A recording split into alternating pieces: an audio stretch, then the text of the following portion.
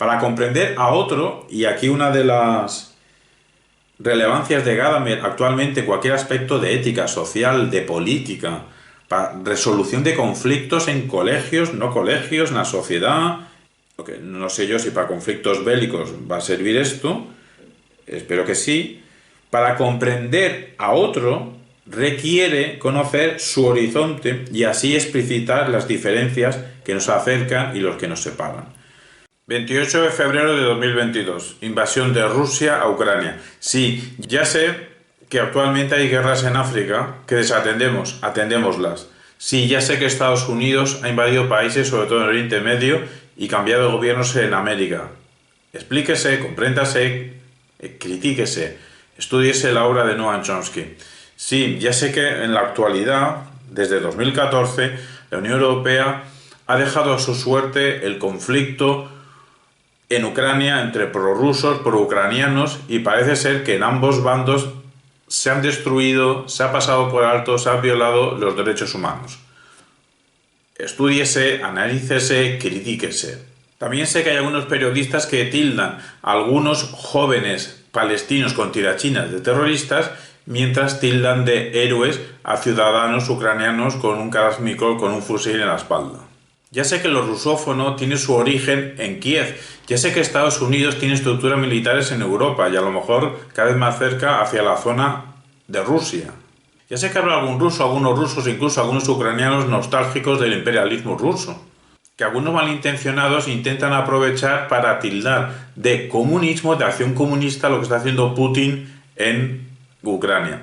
Algunos, al defender a Ucrania, lo que dicen es no al comunismo, no queremos el comunismo, como si fuese lo de Putin un ataque comunista a Ucrania.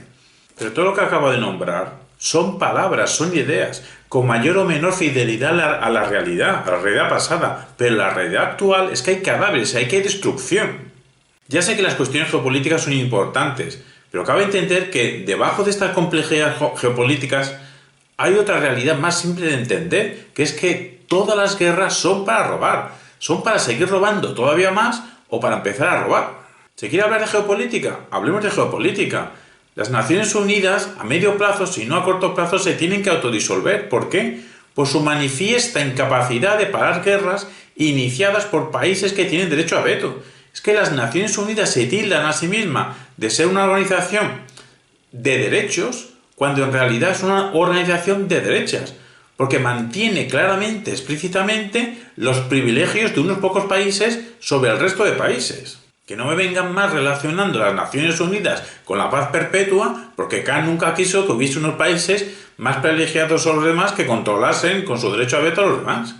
Y la Unión Europea, como siempre, ha tardado en reaccionar. ¿Por qué? Porque no tiene la fuerza persuasiva de un ejército común, bajo un gobierno común, de una unidad política real. De dicha debilidad europea se está beneficiando Putin de hace muchos años. Y ahora mismo que estos días se está despertando la Unión Europea y ha puesto medidas económicas fuertes para intentar bloquear a Rusia, pues Putin dice que dichas medidas las considera él medidas de agresión a Rusia. Y entonces pone encima de la mesa la disuasión nuclear. Parece claro el pensamiento que hay en Putin, que es muy simple. Yo quiero imponer mi voluntad. ¿Por qué? Porque soy más fuerte y más peligroso que tú.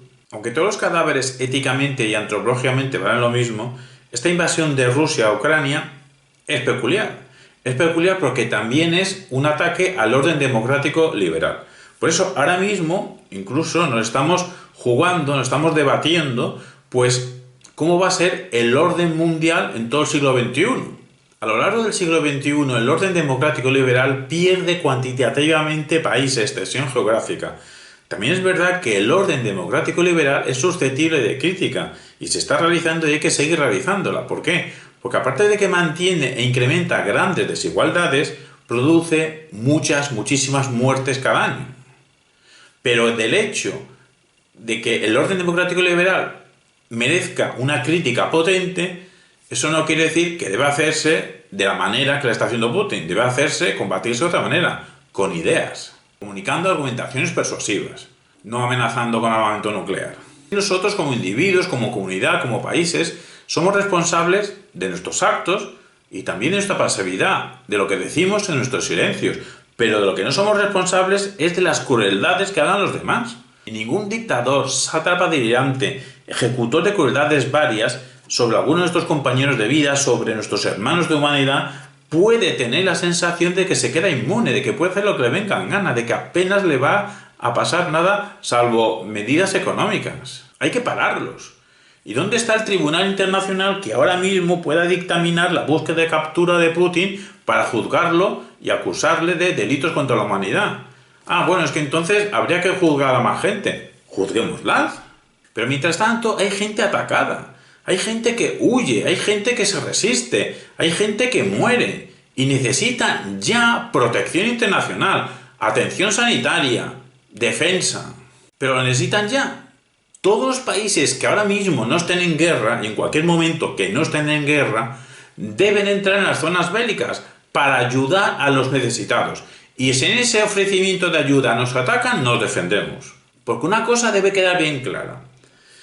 Todo político que pretenda emprender una acción bélica debe saber que más pronto que tarde la comunidad internacional entera se le va a echar encima para parar, para bloquearle, capturarle y juzgarle. Se puede decir que esto es una ingenuidad porque todo lo global descansa en la venta de armas y en otro tipo de ventas. Entonces, dejaría de ser un negocio la venta de armas. Pues de eso se trata.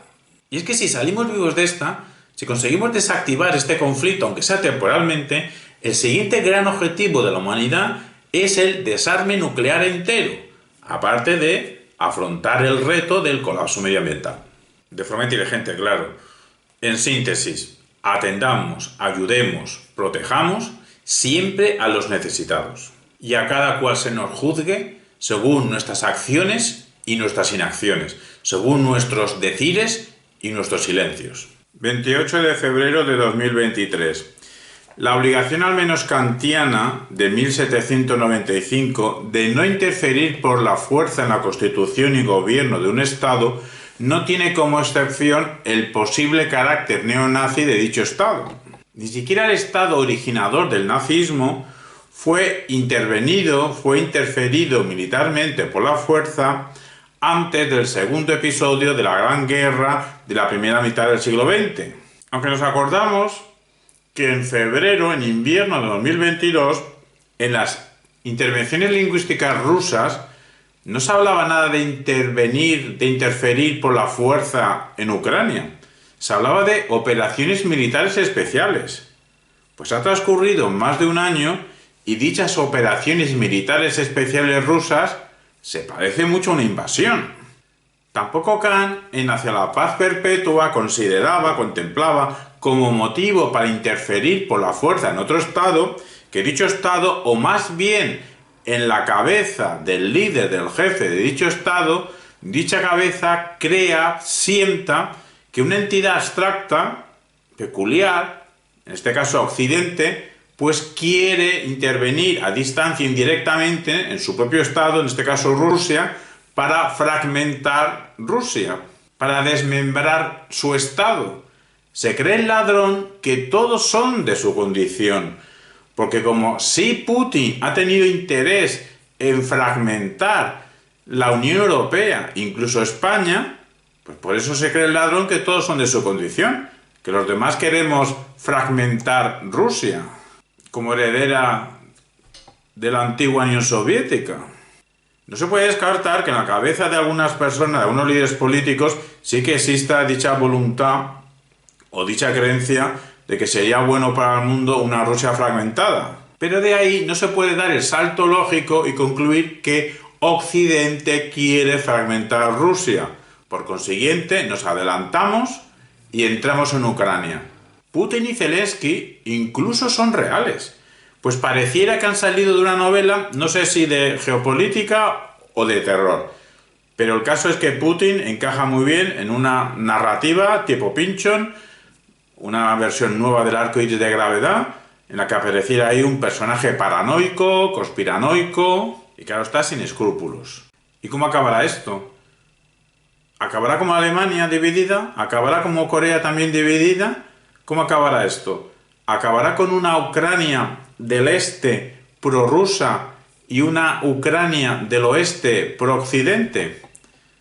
Pues Pues de acabar así, entonces daríamos por bueno la invasión de Rusia en Ucrania. Se hubiese llevado algo, le habría valido la pena. Bueno, valido la pena en la cabeza de Putin, que le dará igual los miles de muertos rusos que se están produciendo. Ante el tema de cómo parar esta guerra, esta invasión de Rusia en Ucrania, pues Jürgen Habermas, con 90 y tantos años, filósofo, pues está planteando sentarse, que se sienten a negociar para poder parar esta guerra de una vez y que no haya más muertes. Entonces denunciamos a todos los que están criticando a Habermas y le están insultando y le están diciendo que es un pro-Putin, que es un aliado de Putin. Pero vamos a ver, lo que ha dicho Habermas tendrá razón o no tendrá razón, él da sus motivos, lo mismo tiene esta razón y todo.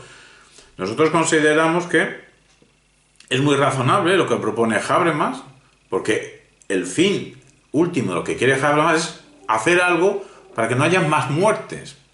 Entonces, ¿eso es razonable? ¿Tiene una justificación? Sí. Y esa justificación no implica estar del lado de Putin. Nosotros estamos seguros que Habermas no está del lado de Putin. Habermas está del lado de que no haya más muertes. Por eso criticamos, denunciamos a todos los que están insultando ahora mismo a Habermas como pro-Putin. No. Nosotros consideramos que si nos sentamos a negociar y tras el resultado de esa conversación paramos la guerra, pues sí, afortunadamente habrán ya 0 muertos, pero entonces, si Rusia se lleva algo, habremos dado por bueno esas operaciones militares especiales que lleva ya 1 año realizándose y habrá conseguido, si no todo lo que quería, al menos algo. Pero es que entonces paramos la guerra, ya no hay más muertos. Claro que no hay más muertos ahora mismo, pero estamos sembrando los próximos muertos, porque entonces China, Rusia o Estados Unidos o cualquier estado, o la India o cualquier estado militar con verdadera potencia, pues lo que le interese lo hará.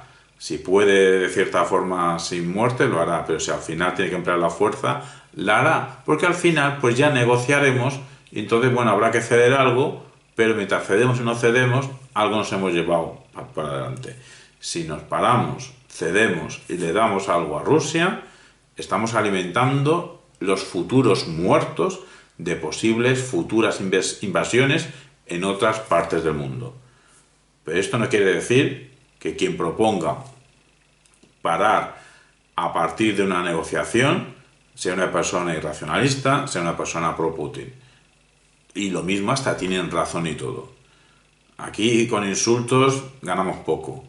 A ver si entre todos intentamos poner las mejores razones para que de las razones surjan ciertas acciones.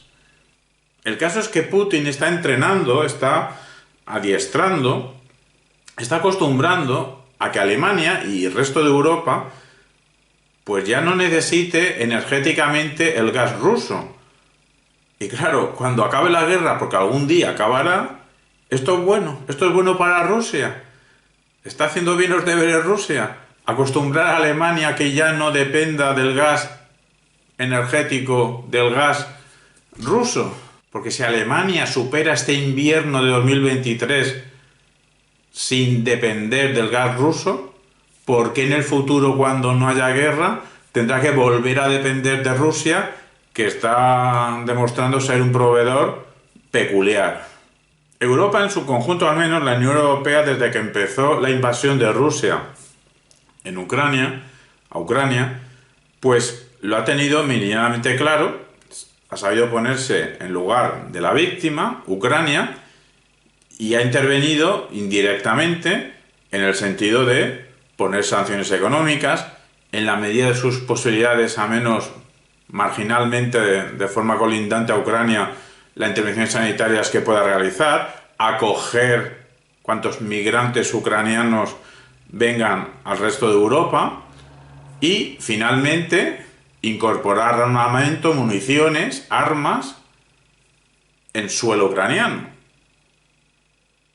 Pero todo esto, de momento, el 28 de febrero de 2023, está siendo insuficiente. ¿Y qué hacemos ya prácticamente en marzo de 2023, al menos aumentar considerablemente las armas a Ucrania. Porque una de dos, o no mandamos armas o mandamos armas. Y si mandamos armas, pues mandamos las armas que sean suficientes, no las que sean insuficientes. Porque que la invasión rusa a Ucrania se esté alargando en el tiempo, pues también en Europa estamos saliendo perjudicados económicamente. Y hablando de economía, el otro agente, o casi el agente principal, es China. ¿Y acaso a China le interesa una Europa no tan fuerte económicamente porque está perdiendo poderío económico por culpa de esta invasión de Rusia a Ucrania? ¿Le interesa al fabricante, el mayor fabricante del mundo que es China, que los compradores europeos no puedan comprar tanto a China? ¿Eso le interesa a China? Pues entonces a China no le interesa que continúe la guerra. El problema será cómo China, en la cabeza de su líder, quiere parar la guerra. Porque hay varias vías para acelerar el fin de la guerra. Y no todas son igualmente razonables. Pero aparte de la economía, aquí está el orgullo patrio o las paranoias en la cabeza de Putin. Porque pareciera que Rusia se lo juega todo en esta guerra.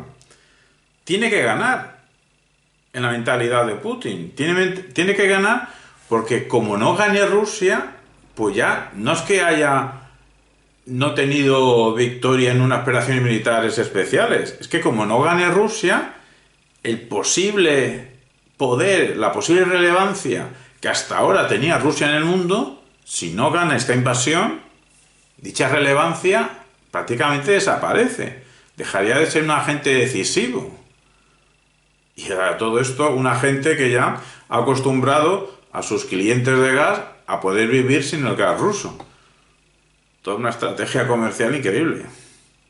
Peter Sloterdijk, en Crítica de la razón cínica, escribe sobre el cinismo militar, cuya lectura nos sirve a nosotros para catalogar a Putin de animal que huye hacia adelante, sin vacilación, sin heroicidad, pero con cobardía. Putin, ¿cuántos años dura tu miedo? ¿Desde cuánto hace tú que eres un animal miedoso?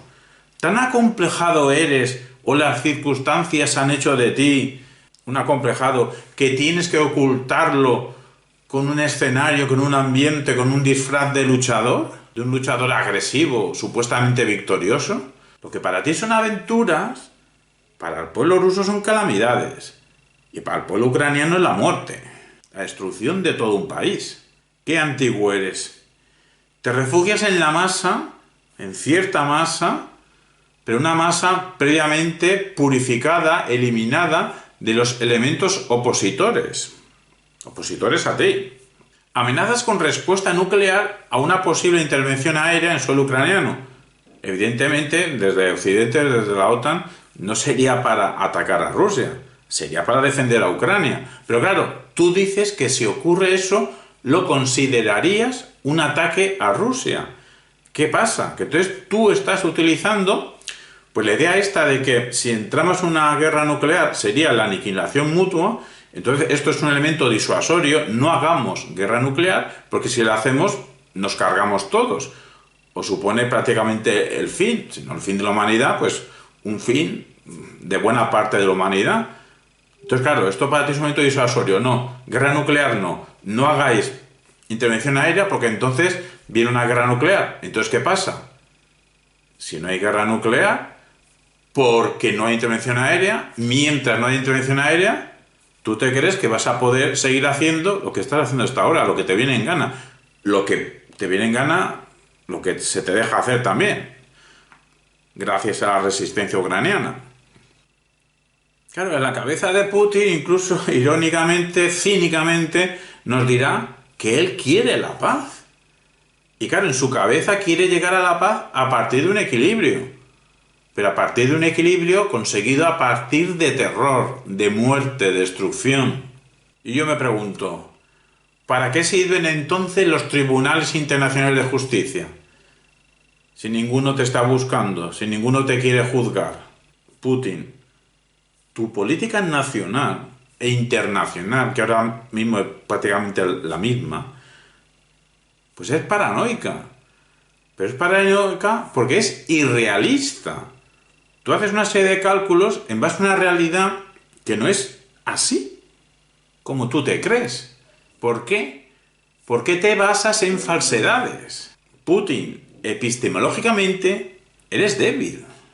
Putin, la desconfianza que sientes, que sentías hacia Zelensky, hacia Occidente, hacia Europa, hacia la OTAN, pues todo eso ha provocado una presión dentro de ti. Y claro, como eres el líder de Rusia, una presión desde Rusia, y eso provocaste la utilización de las armas.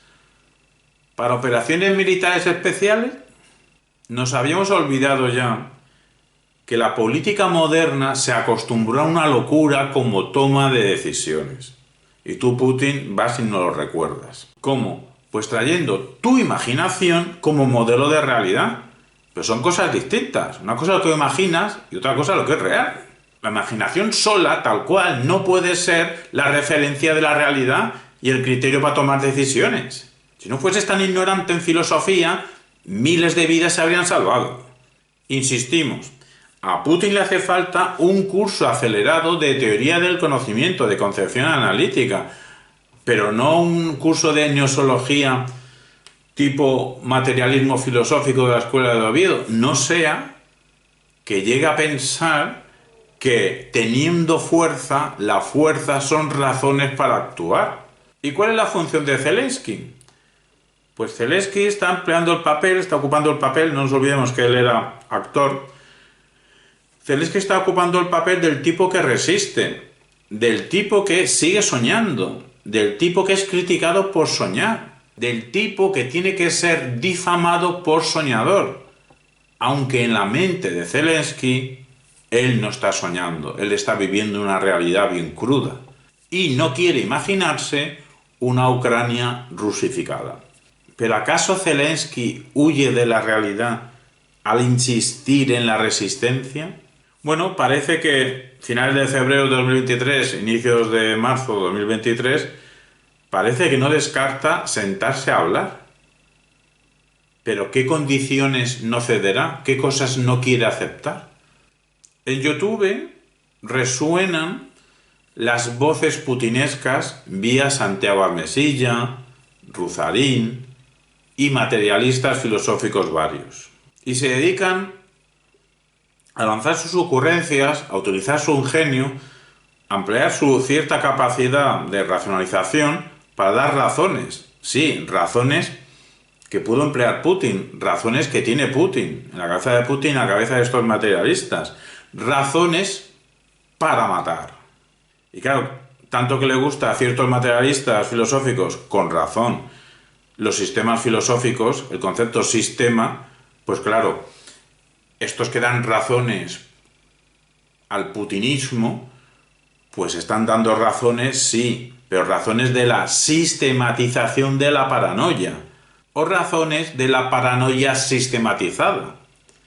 Sistemismo sí, pero no de cualquier nivel, no un sistemismo paranoico. Una cosa es el paranoico criticismo de Dalí, y otra cosa es el paranoico putinesco de muerte y destrucción del pueblo ucraniano. Es que tenían razones, es que Ucrania es Rusia. Eso va si se lo dices a la cara del padre que acaba de morir su hija en un bombardeo ruso hacia civiles ucranianos. Juventud rusa y juventud ucraniana. Pero si al joven ruso ya le resulta suficientemente difícil luchar, como para encima luchar eficazmente. Porque hasta ahora, aunque desgraciadamente están provocando mucho dolor y mucha muerte, pues la eficacia rusa afortunadamente deja que desear. Pero bueno, esperemos que no mejoren, que no sean más eficaces matando. Y mientras que le pasa al joven ucraniano, pues al joven ucraniano ya le resulta suficientemente difícil luchar resistiendo su patria como para encima luchar resistiendo eficazmente con escaso material militar, con material militar insuficiente, que le llega a cuentagotas, pero todavía resisten, al menos ya prácticamente ya en marzo de 2023 todavía resisten. ¿Cuánto resistirán? ¿Acaso los líderes europeos tienen calculado la cantidad de dinero máxima que pretenden gastarse, que piensan que se podrían gastar en Ucrania? Que nos lo digan. El problema de resistir es que al menos en ajedrez, y la guerra, aunque se parece, la guerra y el ajedrez no son lo mismo, aunque el ajedrez empezó como metáfora de la guerra, no es lo mismo. Pero en ajedrez, quien resiste, eso de Cela tenía su eslogan de que quien resiste gana. Pues no. Quien resiste en ajedrez, como mucho, empata. En ajedrez quien resiste o pierde o como mucho empata.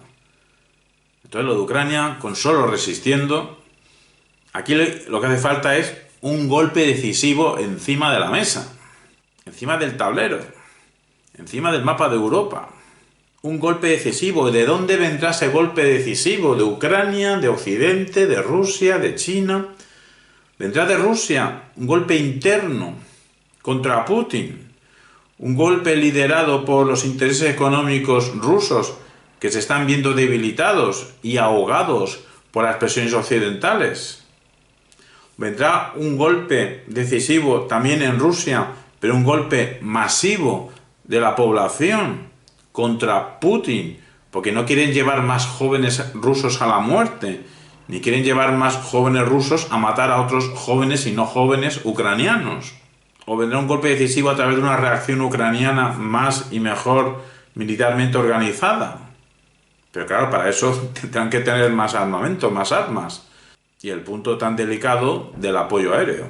O vendrá el golpe decisivo de China, de que China quiera parar la guerra ya de una vez. Porque a China no le interesa la guerra. ¿Y cómo la parará? ¿Con una oferta de paz? ¿O ayudando ya militarmente a Rusia a lo bestia? Pero China, ¿a quién quiere ayudar? En el caso de ayudar militarmente, ¿a Rusia o a Putin? Porque ni Putin es Rusia, ni Rusia es Putin. Los chinos llaman a lo de Ucrania desde Rusia crisis. Crisis. Y en febrero de 2023 quieren parar la crisis, ese problema, con una solución política. ¿Pero cómo que crisis? Que no es una crisis, que es una invasión militar desde Rusia a Ucrania, matando gente, matando civiles, destruyendo un país. Lo que queda claro es que, pase lo que pase, China ganará.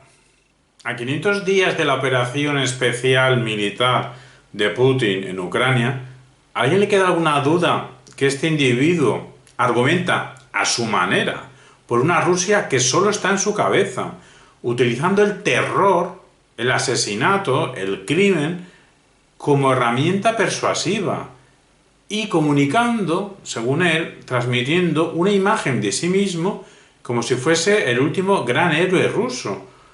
Un entrazamiento en su imaginario de lo mejor del imperialismo ruso y del comunismo soviético. Pues me temo que habrá alguien quien tenga dudas o que incluso le justifique. Es que siendo uno versado en geopolítica te puedes atrever con todo, brillar en cualquier tertulia. Claro, mientras lo hagas con seguridad y contundencia.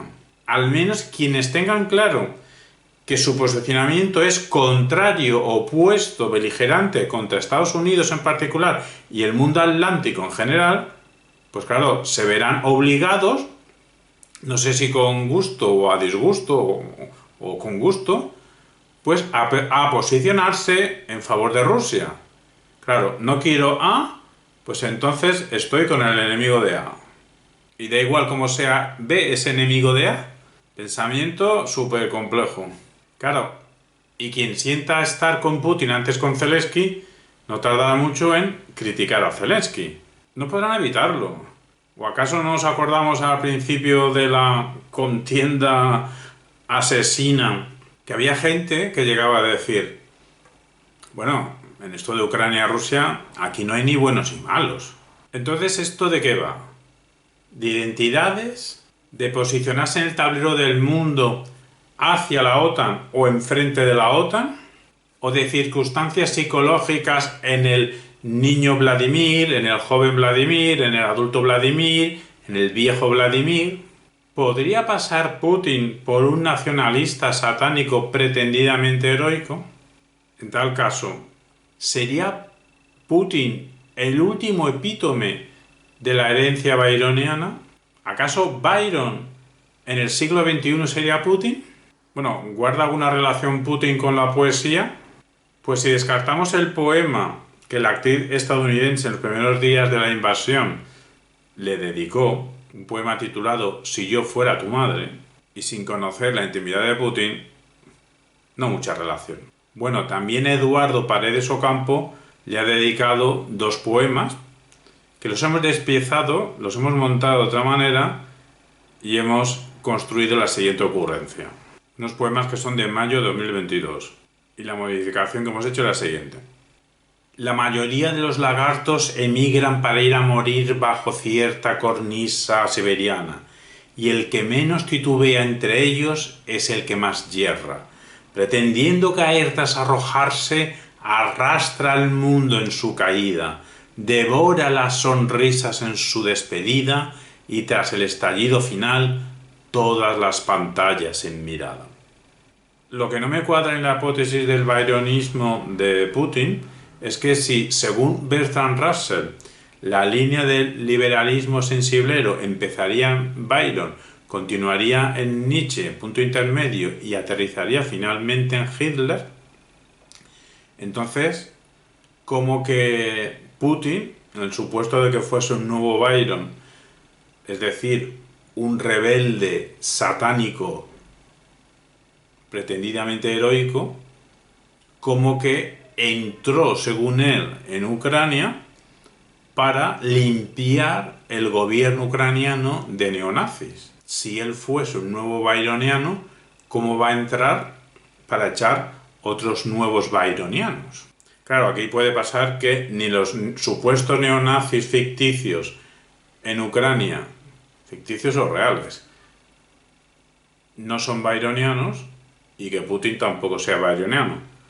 También puede ocurrir que lo de entrar en Ucrania por Putin para limpiar neonazis, quizá fue una excusa, quizá fue como lo de entrar en Irak para eliminar, buscar y encontrar armas de destrucción masiva.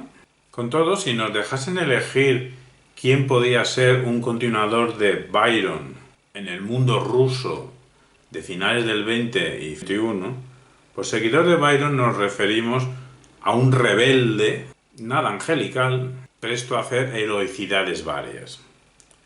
Pues si pudiéramos elegir, elegiríamos a Garry Kasparov, actualmente activista por una Rusia democrática, que en sus tiempos de ajedrecista no solo llegó a ser posiblemente el mejor, el más grande jugador de ajedrez de la historia, o dicho título compartido con dos o tres personas más, no muchas más, pero bueno, le podemos atribuir a Garry Kasparov ser el más grande jugador de la historia del ajedrez.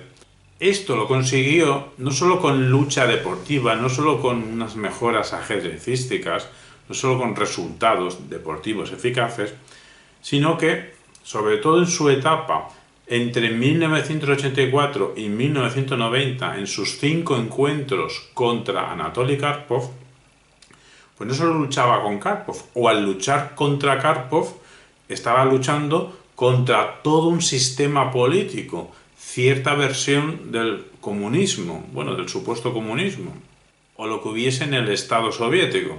Esa fue realmente su heroicidad.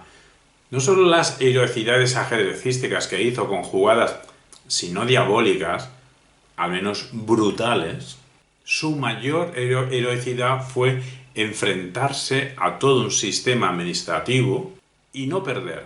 ¿Acaso Garry Kasparov fue un miligramo que empujó hacia el desmoronamiento de la Unión Soviética? Garry Kasparov vivió desde dentro de la Unión Soviética, su crítica no es externa, la dialéctica entre lo viejo y lo nuevo. Lo viejo significaba el mundo administrado de forma corrupta, simbolizado, según Garry Kasparov, por Anatoly Karpov. Y lo nuevo significaba los anhelos de libertad, la creatividad, representado estos anhelos, estos deseos por sí mismo, por Garry Kasparov. Luego de enfrentarse a la maquinaria soviética, pues también se enfrentó a la maquinaria de la Federación Internacional de Ajedrez, hermanada con el mundo soviético por aquel entonces. Campomanes era el presidente de la Federación Internacional de la FIDE, el campeón del mundo era Karpov, y creo que fue Spassky quien llamaba la combinación Karpomanes. Un nuevo Byron del siglo XXI sería Garry Kasparov, que hacía política jugando al ajedrez. Una forma de rebeldía que llegó a convulsionar el mundo del ajedrez y el mundo de la política también. Con toda la intención de Garry Kasparov, en esos momentos, en el 84-90, no era derrotar al comunismo soviético, sino renovarlo. Y posteriormente, ¿a quién ha hecho rival, enemigo, Garry Kasparov? Pues a Vladimir Putin. Y lo raro es que Garry Kasparov, en julio de 2023, todavía siga vivo. En fin, cuando hay un agresor y un agredido, hay que ayudar al agredido, por tierra y por aire.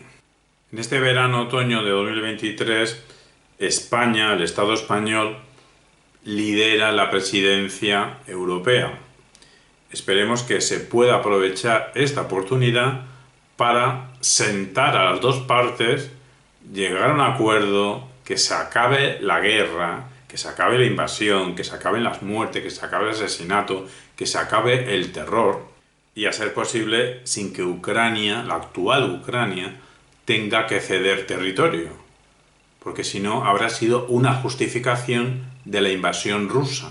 Sigue habiendo una amenaza velada o no tan velada de acción nuclear de Rusia en Ucrania. Razón de más para llegar a la conclusión hace tiempo tomada que no puede haber en Naciones Unidas un país con armamento nuclear y a la vez con capacidad de veto de las tomas de decisiones. Bueno, y aunque no tuviese armamento nuclear, tampoco es aceptable un país con capacidad de veto. Porque como se está viendo en los últimos 500 días, tiene carta blanca para hacer lo que quiera, porque cualquier cosa que haga la ONU, Rusia en este caso lo va a vetar. Hace 500 días ya que se debería haber disuelto la ONU. ¿Cuánto tiempo más va a tardar? No nos dejemos asustar, no nos dejemos intimidar, no nos dejemos cambiar nuestras vidas porque un solo individuo nos amenace. La amenaza nuclear no nos puede echar atrás en la resistencia, en la lucha por llevar una vida digna, por la convivencia. Razón de más para intentar parar entre todos los países a quien rompa con la normativa internacional. ¿Se puede dialogar este verano? Se debe dialogar, si se puede, pero el grado, la franja, la horquilla de concesión que se le puede hacer a Putin es mínima, o no tendría que ser una concesión de territorios. Las fronteras tienen que quedar como estaban hace 500 días. Las concesiones más bien sean económicas, de quitarle las sanciones a Rusia, de que si en vez de imponerle una sanción de que pague el 200% de lo que ha destruido, pues que se quede en un 150 o en un 100%, por ahí deberían ir la negociación. En fin, nunca a favor del agresor, siempre a favor del agredido.